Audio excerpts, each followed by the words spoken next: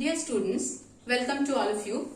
Let us continue with the chapter, The Summer of the Beautiful White Horse, written by William Saroyan. So we had stopped where a ram fell off the horse and both the boys now started searching the horse in different directions. Now Murad says that I continued down the road and my cousin Murad went across the field toward the irrigation ditch. It took him half an hour to find the horse and bring him back. The language is very simple, so nothing to explain as such. Right, let me read out quickly. All right, he said, jump on. The whole world is awake now. What will we do? I said. Well, he said, we'll either take him back or hide him until tomorrow morning. He didn't sound worried and I knew he'd hide him and not take him back for a while at any rate. Now since it was day, you remember that they had started their journey to ride the horse early in daybreak, and now it was day, everybody would be awake, and so they needed to hide the horse immediately. So they were searching for a place where to hide it, and Murad knew it very well. Let us see, where will we hide him? I said, I know a place, he said. How long ago did you steal this horse? I said. Remember this word steal. It suddenly dawned on me that he had, this is the dialogue of a ram. It suddenly dawned on me that he had been taking these early morning rides for some time and had come for me this morning only because he knew how much I longed to ride. Okay, dawned on me means he understood it.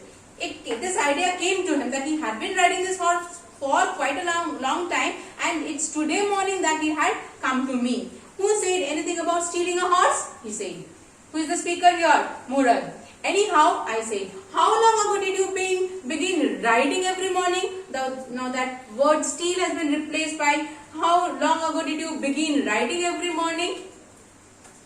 Not until this morning, he said. Murad is the speaker. He says, not until this morning.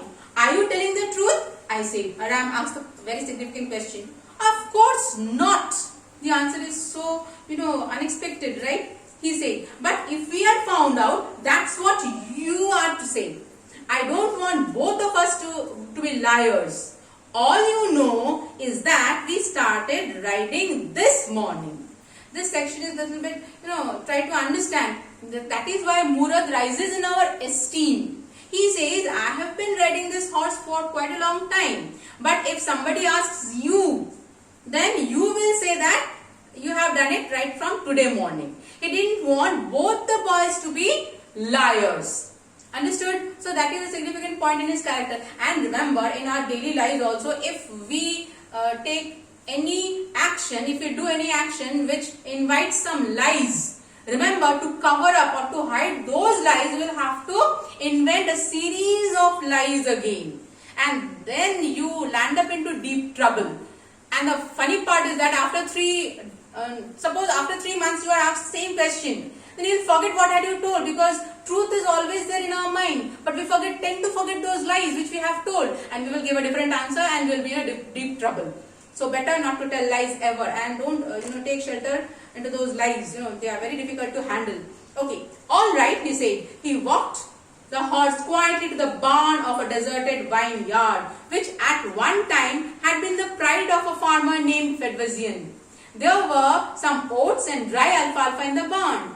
We began walking home. So where did they hide the horse? If the question comes, to the barn of a deserted vineyard. And that vineyard, that barn, belonged to a farmer whose name was Fedvazian. Clear? So they hid the horse over there and they went away. And there was some food for the horse as well. There was dry alfalfa, which is a kind of plant which is the fodder. We began walking home. It wasn't easy, he said, to get the horse to behave so nicely. At first, it wanted to run wild, but as I have told you, I have a way with the horse. I have noted down yesterday, I have not rubbed it out. I have a way with the horse, okay. So they were just talking, sharing their experience and then coming back home. Horses, I can get it to want to do anything I wanted to do. Horses understand me. How do you do it? again very innocent question. Please tell me the tricks. I also want to control the horse the way you do. I also want to ride a horse. I have an understanding with the horse, he said. Yes, but what sort of an understanding? I said. A simple and honest one. This is important. If you are simple and honest to somebody, then at least they will respond to your simplicity. They will understand your language. Animals are very simple. They understand your language and they will respond to it. Okay, they do understand when you care them very much. Okay, well, I said, I wish I knew how to reach an understanding like that with a horse. You are still a small boy, he said. When you get to be 13, you will know how to do it. Okay, that was the response of Murad. I went home and ate a hearty breakfast. After that afternoon, my uncle Khosrow came to our house for a coffee and cigarettes. He sat in the parlor, sipping and smoking and remembering the old country. Then another visitor arrived. Now this visitor is very significant because he plays a very important role in this story. What's the name of that visitor? Let us see. And then another visitor arrived, a farmer named John Byro. Okay, remember this name, John Byro. Why is he important? We'll come to know very shortly. John Byro, right? An Assyrian who out of loneliness had learned to speak Armenian.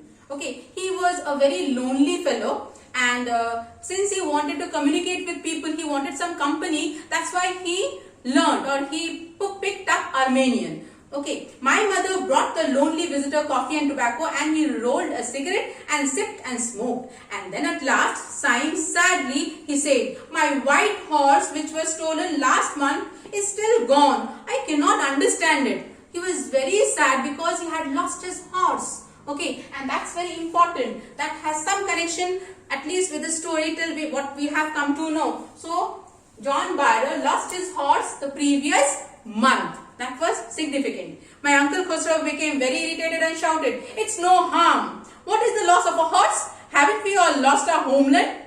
What is this crying over a horse? Understood. He was very impatient and he used to silence everybody, by roaring commands that you know very well. That may be all right for you, a city dweller, to say, John Byro said. But what of my surrey? Surrey is horse carriage, you know that. So without the horse carriage is lying idle and it is useless. What good is a surrey without the horse? Okay, try to understand that my surrey is not, working because the horse is not there. Pay no attention to it. The pet sentence that he used always. My uncle Khosrow wrote, I walked 10 miles to get there, John Byro said. Get here. You have legs, my uncle Khosrow shouted. He always had something or the other to contradict. Okay, and that was so irritating. My leg pains me, the farmer said. Pay no attention to it, my uncle Khosrow wrote. Okay, that horse cost me $60, the farmer said. So one after the other, he was trying to justify how painful it was for him to lose the horse.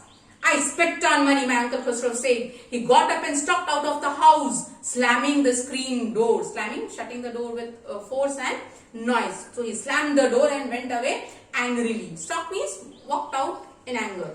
Okay, my mother explained. He has a gentle heart, she said. It is simply that he is homesick and such a large man, very compassionate, isn't it? The farmer went away and I ran over to my cousin Murad's house. He was the informer, isn't it? So he was immediately to inform it to his cousin brother. He was sitting under a peach tree trying to repair the hurt wing of a young robin which could not fly. He was talking to the bird. Okay, so I told you earlier also, he could understand the language of birds and animals very easily. So the bird had hurt wings and he was treating the hurt wing of the bird and was trying to help the bird to fly in the sky again. He himself loved freedom. He also wanted to restore the freedom of others. That's very significant. No. Why is it? He said, the farmer John Byro, I said, he visited our house. He wants his horse. You have had it a month. I want you to promise not to take it back until I learn to ride. Now here we have some, some sense of selfishness here in Aram. And don't forget that he was just a boy of 9 years. So he said, you are not going to return that horse till I learn to ride. You have kept it for a month, and at least for my sake now you are going to keep it for some more days so that I can learn to ride. What? He wrote. Murad's dialogue here. Are you inviting a member of the Garuglinian family to steal? The horse must go back to its true owner. When? I said. Okay, in 6 months at the latest, he said. He threw the bird into the air. The bird tried hard, almost fell twice, but at last flew away high and straight. Early every morning for 2 weeks, my cousin Murad and I took the horse out of the barn of the deserted vineyard where we was hiding it and rode it. And every morning, the horse, when it was my turn to ride alone, leapt over grapevines and small trees and threw me and ran away. Nevertheless, I hoped in time to learn to ride the way my cousin Murad rode. Okay, so it took some time for Aram to control the horse because he was too young. Understood? So he did not actually learn like his brother to ride the horse. One morning on the way to Fedvizin's deserted vineyard, we ran into the farmer John Byro, who was on his way to town. Now John Byro, they met John Byro.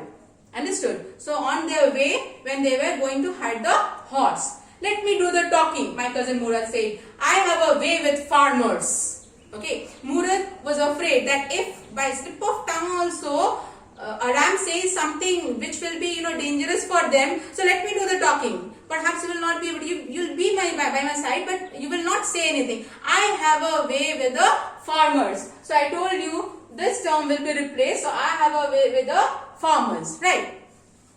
So, good morning, John Byro, my cousin Murad said to the farmer. The farmer studied the horse eagerly. Good morning, son of my friends, he said. Look at the greeting, son of my friends. What is the name of your horse? My heart. Remember, Wazir-e-Ran. Okay, so here it's my heart. My cousin Murad said in Armenian. A lovely name. John Byro said, what a lovely horse. I could swear it is the horse. It is the horse that was stolen from me many weeks ago. May I look into its mouth? Okay, at least the owner of the horse was well aware that it could be none other than the horse which he had lost. Okay, so he wanted to confirm, he wanted to look into the mouth. Perhaps he wanted to see some identification mark over there. Let us see. Of course, Murad said. The farmer looked into the mouth of the horse. Tooth for tooth, he said. I would swear it is my horse if I didn't know your parents. Okay, now let us see the next sentence. The fame of your family for honesty is well known to me. Yet the horse is the twin of my horse. Okay, now he says he examined the mouth of the horse and found out some mark which confirmed that it was the same horse which he had lost. But then he could not deny the fact that that particular tribe which had upkept its fame for the past 11 centuries, okay, a member would steal his horse at that point of time. So he says that it could be this, clone of another horse, it could be the twin of another horse, but it could not be the same horse which I have lost. Because I know none of the members of your family can ever steal in their lifetime. So he says, look at the next sentence which is very important again. A suspicious man would believe his eyes instead of his heart. Good day, my young friends. Okay, a suspicious man. See, when we are to judge something, we should base our judgments on what we see, isn't it? Okay, what is apparent to us, what is obvious. But at times we also pay attention to what our heart says. Sometimes our heart says otherwise. Okay, here what he perceived from his eyes gave him enough reasons to believe that it was the lost horse. But whereas his heart says it was not possible. But still he says that I will let my decision be based on what my heart says. Okay, and I will not blame you. That's why he says, my young friends, good day. So good day, John Byro. My cousin Murad said, early the following morning, we took the horse to John Byro's vineyard and put it in the barn. The dogs followed us around without making a sound. How is it possible that a thief was returning the horse and then the dogs would not bark at them? Let us see. The dogs, I whispered to my cousin Murad. I thought they would bark.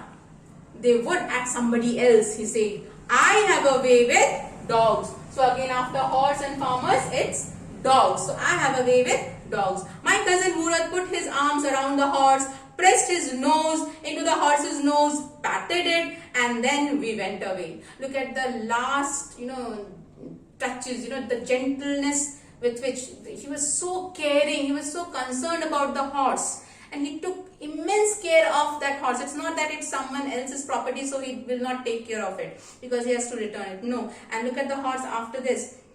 That afternoon, John Barrow came to our house in his surrey and showed my mother the horse that had been stolen and returned. I do not know what to think, he said. The horse is stronger than ever, better tempered too. I thank God. My uncle Khosrow, who was in the parlour, became irritated and shouted, "Quiet, man, quiet.